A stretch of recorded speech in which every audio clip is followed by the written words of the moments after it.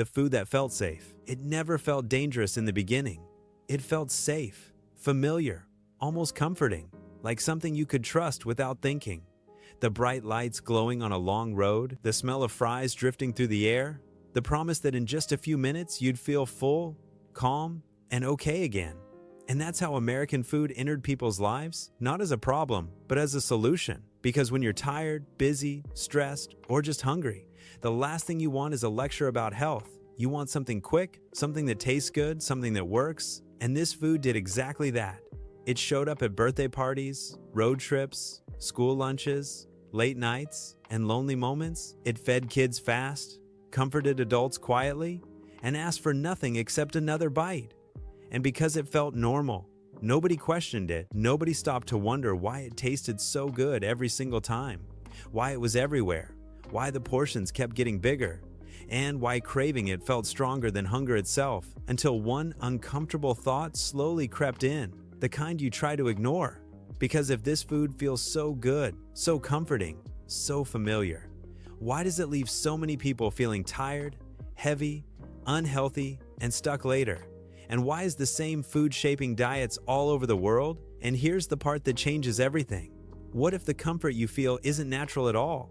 What if it was carefully designed? The truth behind the craving. This is where the illusion breaks. Because American food didn't become famous just because it tasted good. It became powerful because it was engineered. Scientists and food designers discovered the exact combination of sugar, salt, and fat that lights up the brain's reward system. The so-called bliss point, the place where pleasure peaks and self-control weakens. And once food hits that point, your brain doesn't ask if you're full, it asks for more. And that's why portions kept growing, why drinks got sweeter, why snacks became endless, and why hunger slowly turned into habit. Because this food isn't built to nourish you, it's built to keep you wanting.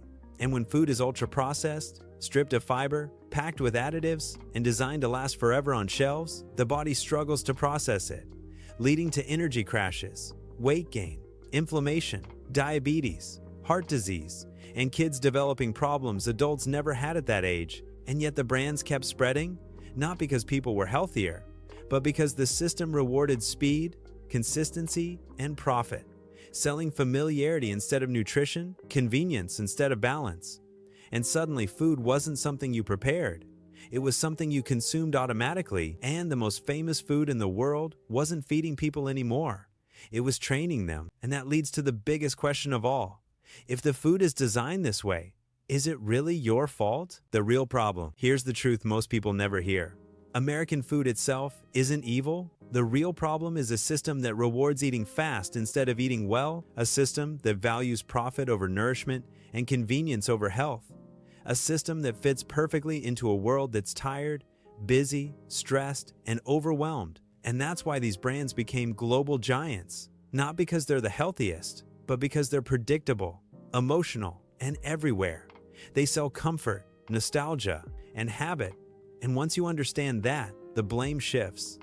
Because this isn't about shame or guilt, it's about awareness. The danger isn't the occasional burger or fries, it's the daily dependence. The belief that full means nourished, and the idea that feeling tired and unwell is normal. And the ending of this story isn't about rejecting food, it's about reclaiming control, about choosing balance over excess, awareness over autopilot, and remembering that food should serve your body, not control it. Because in the end, American food taught the world how to eat fast, but it's up to us to relearn how to eat smart. And once you see the system clearly, the power quietly returns to you.